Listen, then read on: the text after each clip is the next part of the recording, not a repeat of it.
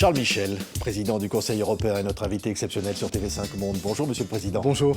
Vous êtes à Paris, évidemment, à l'invitation du président Macron pour l'organisation d'un double sommet concernant l'Afrique. On va parler dans quelques instants de la question du développement économique de l'Afrique après le Covid. Mais d'abord, cette question concernant Israël, les affrontements qui se poursuivent, une quarantaine de civils tués la nuit dernière par des bombardements israéliens. Est-ce que vous dites, comme Emmanuel Macron, le président Sisi cet après-midi, il faut que ça cesse ? Oui, la réponse est oui. Cette situation est absolument dramatique et donc il faut un cessez-le-feu immédiat. Il faut pouvoir retrouver un chemin qui permet de renouer un dialogue dans le cadre d'un processus de paix, parce qu'aujourd'hui on voit qu'il y a trop de tristesse pour toutes celles et ceux qui sont victimes de ce conflit dramatique. Donc cessez-le-feu, la reconnaissance bien sûr du droit à la sécurité d'Israël, la condamnation des actes contre des civils et l'importance de protéger les civils également. Oui, aujourd'hui, le journal Le Monde titrait « L'Union européenne s'envoie ». Ça n'est pas le cas. On a l'impression qu'on n'entend pas l'Union européenne. Ça n'est pas le cas. Vous savez, l'Union européenne est le premier partenaire économique d'Israël et le premier partenaire pour le développement de la Palestine. Il y a quelques jours, j'étais en contact téléphonique engagé avec le président israélien. Il y a demain une réunion de l'ensemble des ministres des Affaires étrangères. C'est vrai que c'est un sujet, ce conflit entre Israël et la Palestine, qui est un sujet extrêmement difficile. Nous sommes déterminés à continuer à soutenir la solution à deux États, et nous l'avons soutenu même quand la précédente administration américaine montrait un certain nombre d'hésitations sur cette démarche-là. Mais on voit bien qu'il y a de nouveau des tensions qui sont extrêmement graves, et c'est la raison pour laquelle on soutient aussi cette médiation de la part de l'Égypte, et le président Sisi est en ce moment même à Paris, très engagé pour tenter d'encourager une médiation. On a soutenu aussi la reprise d'une normalisation diplomatique entre certains pays de la région et Israël.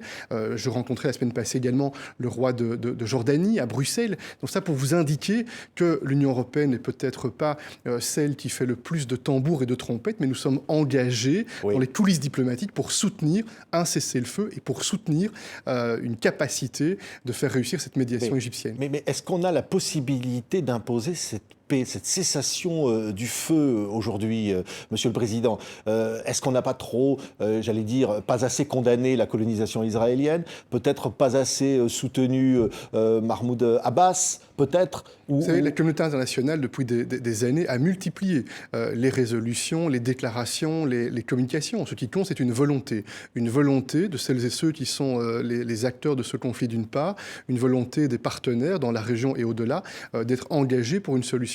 Et nous continuons à penser sur le plan européen que la solution à deux États est le seul chemin pour aller vers une paix qui soit une paix durable. Nous avons bien vu qu'il y a une situation qui est difficile parce que les élections n'ont pas pu se tenir en Palestine, vous le savez.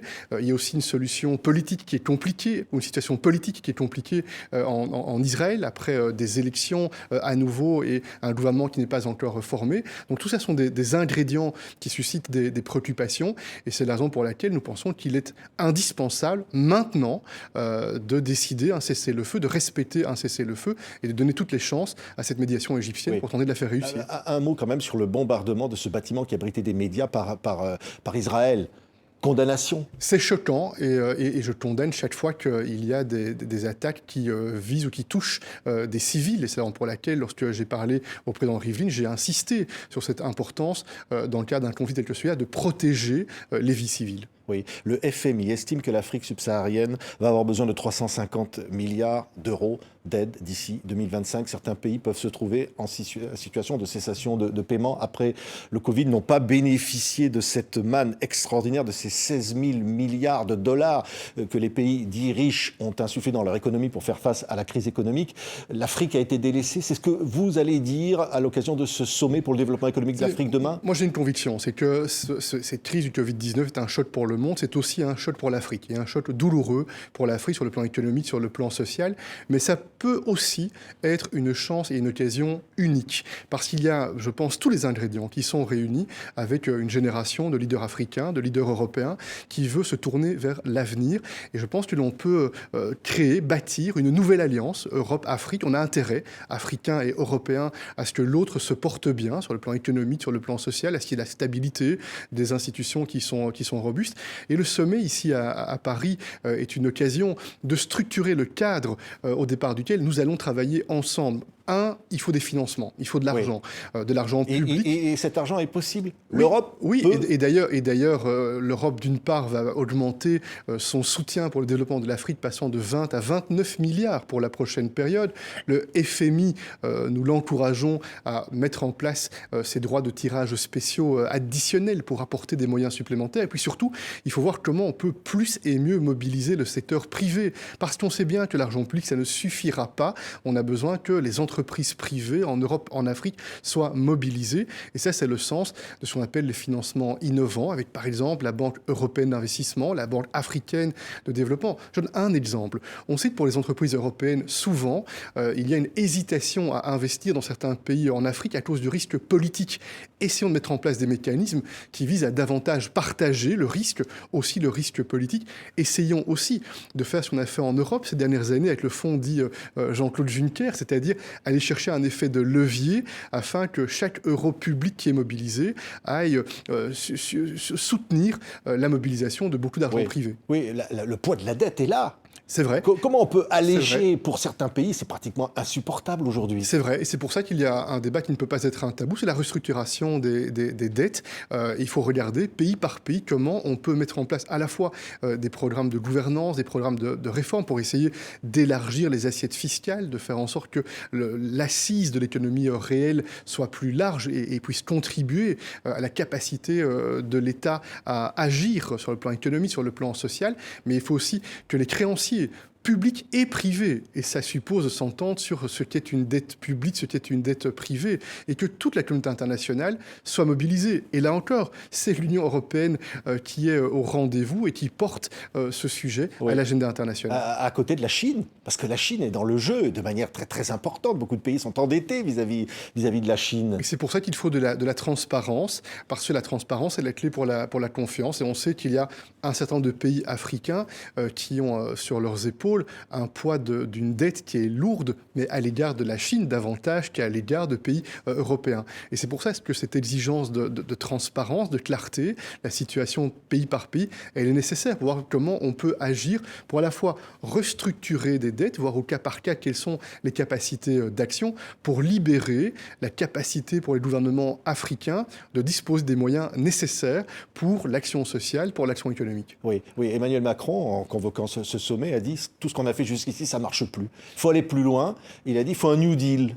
Un New Deal, c'est quoi? Vous dites. Moi je suis très favorable à cette conviction, et j'ai pu en parler très souvent avec des leaders européens, avec Emmanuel Macron et d'autres, avec des leaders africains. Cette idée que ce momentum peut être un momentum historique, exactement comme après la Deuxième Guerre mondiale, il y a eu un momentum historique entre l'Europe et les États-Unis d'Amérique.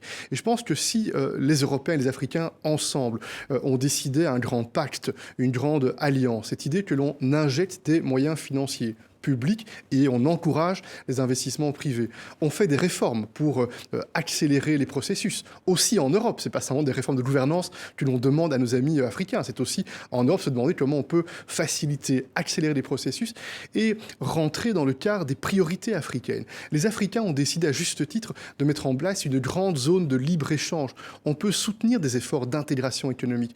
Les Africains ont des idées très précises sur les infrastructures dont ils ont besoin en matière d'énergie, de transport, en matière de santé également, pour avoir davantage de développement. On peut regarder aussi comment, avec la Banque européenne d'investissement, avec la Banque africaine de développement, avec des opérateurs privés africains et européens, on se met ensemble autour d'une même table pour avoir cette ambition de donner un élan unique et historique pour cette nouvelle alliance ou ce New Deal entre l'Europe et l'Afrique. Oui, mais en même temps, je rappelle ce chiffre de 16 000 milliards de dollars injectés par les pays riches dans leur économie pour faire face au Covid, et très peu est allé en direction des pays moins avancés, notamment on voit bien pour la question des vaccins, on voit bien cette difficulté. Oui, mais il faut dire les choses telles qu'elles sont.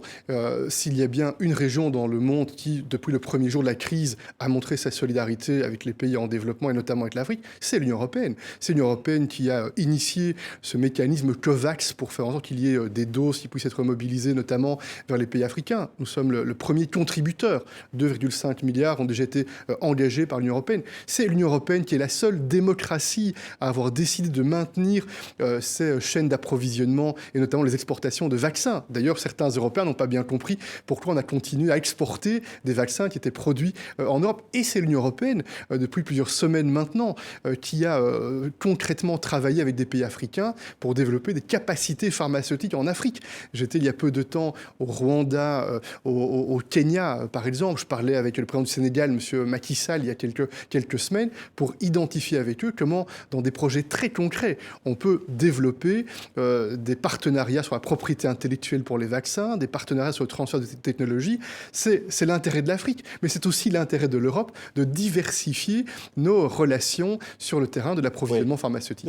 Comment vous voyez cette tentative de réconciliation entre le Rwanda et la France, Paul Kagame et Emmanuel Macron, qui se rencontrent là à cette occasion, notamment avant peut-être qu'Emmanuel Macron se rende à Kigali. Ça, c'est aussi symbole de quelque chose, d'une autre relation. Certainement. On tourne une page d'histoire. Certainement. Vous savez, je viens d'un pays, la Belgique, qui a été très meurtri et qui s'est exprimé très vite après ce génocide, qui est un moment dramatique dans l'histoire de l'humanité. Et donc nous voyons qu'il y a effectivement des contacts qui sont repris au plus haut niveau entre le Rwanda et la France. Et je pense que c'est une bonne chose, parce que je pense que le dialogue est indispensable, que le partenariat, la capacité d'être autour des mêmes tables, de travailler ensemble, c'est un sujet qui est clé. Et je mesure bien toutes les difficultés liées à l'histoire, liées au passé. Mais je pense qu'il est aussi extrêmement important à la fois d'être dans le devoir de mémoire pour en tirer les leçons et pour rendre l'humanité plus forte, mais aussi d'être tourné vers l'avenir. Vous savez, moi j'étais au Rwanda il y a quelques semaines.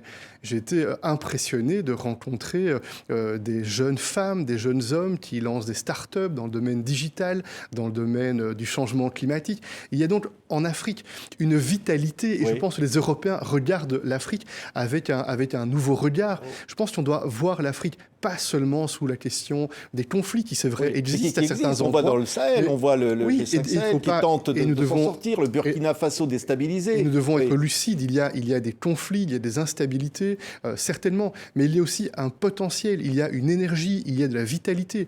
Il y a en Afrique une démographie que l'on connaît. Et donc c'est l'intérêt de l'Europe et de l'Afrique de voir ensemble, pas simplement avec des discours généreux, la main sur le cœur, mais au départ de projets très concrets, de développement, d'infrastructures, partager cet agenda commun sur le plan climatique, sur le plan digital, pour voir comment on peut créer de la valeur au bénéfice des deux continents. Parce que justement, vous dites que c'est l'enjeu de l'Europe.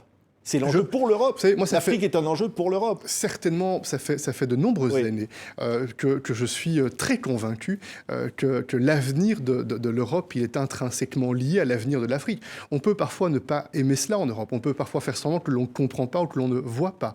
Mais quand on regarde la proximité géographique, quand on regarde la réalité démographique en Europe et en Afrique, quand on regarde l'ensemble du potentiel qui est gigantesque si on veut se tourner vers l'agenda climatique, qui est un enjeu pour le monde et pour l'Europe également, on voit qu'il y a 1 million de raisons pour s'engager de façon sincère, de façon respectueuse, très respectueuse aussi, pour ce partenariat entre l'Europe et l'Afrique, en promouvant nos valeurs, bien entendu, mais en montrant aussi du respect, de la capacité d'écoute mutuelle. Merci beaucoup. Charles Michel, président du Conseil européen, d'avoir été aujourd'hui l'invité exceptionnel de TV5 Monde. Merci. Merci à vous.